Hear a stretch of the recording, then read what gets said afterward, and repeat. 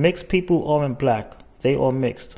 Mixed people are not black. This is something that I've always said in real life, but for me, mixed people would never be black. They never will be, right? Because you can't mix black and white and say you got black, you got gray, right? They can't claim whiteness. So how come they can claim blackness, right? And for me, it is really important for us as black people to separate ourselves from, biracial people, because as long as we are lumping them together with us, we can't win, right? Because they are closer to whiteness. It is what it is. This we won't be able to change. The world will remain, racist. It is what it is, right? And then by and large, the world will remain colorist. This is what I believe, at least in my lifetime. So for me, because we have now accepted somehow mixed people as black, look at music today. All you see is, LMA, Ice Spice, a lot of, ambiguously looking women, right? Like how many dark-skinned black women are, big in music today?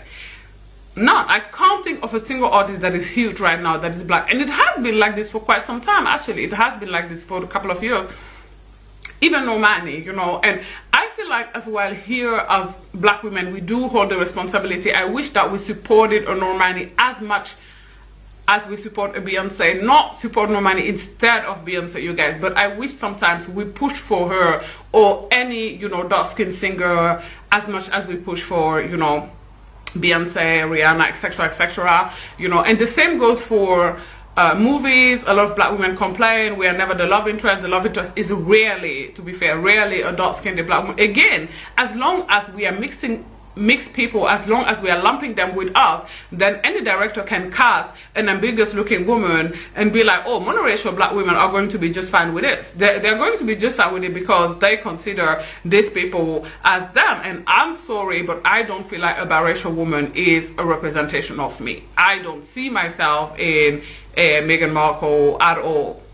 Like, I do not. I don't think that, I just don't. I don't think the phenotypes are the same, right? So for me, I would always advocate for us as a group understanding it's okay. Black people are black people.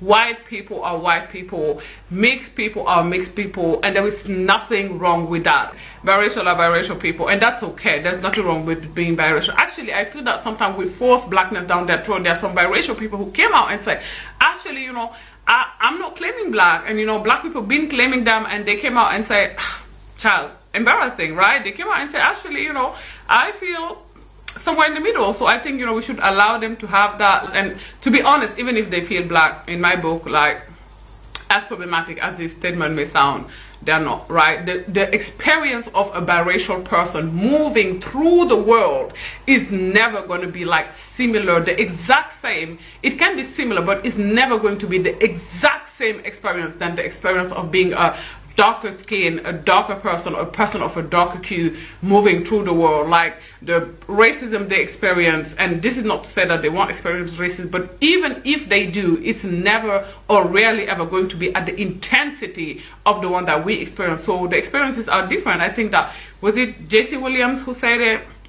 The guy from Grey's Anatomy who said that, I am Hollywood acceptable version of black. And the same can be said for Zendaya, for, Yara Sahidi. The same can be said for all of these women who are talented women, right? This is not the problem, really. I enjoy watching them at times. I enjoyed watching Grownish. That's not what, is at stake here. That's not what I'm talking about. But the average dark-skinned, monoracial, dark-skinned black woman is not going to, doesn't look nothing like Zendaya. Is not going to be able to recognize herself even in a Yara Sahidi. And that's just factual. Like, that's factual. I'm sorry, but that is just the truth. It is. If anyone else is saying anything else, in my opinion, they are being disingenuous. Like, to say that the average black woman looks like Yara Sahidi is just not.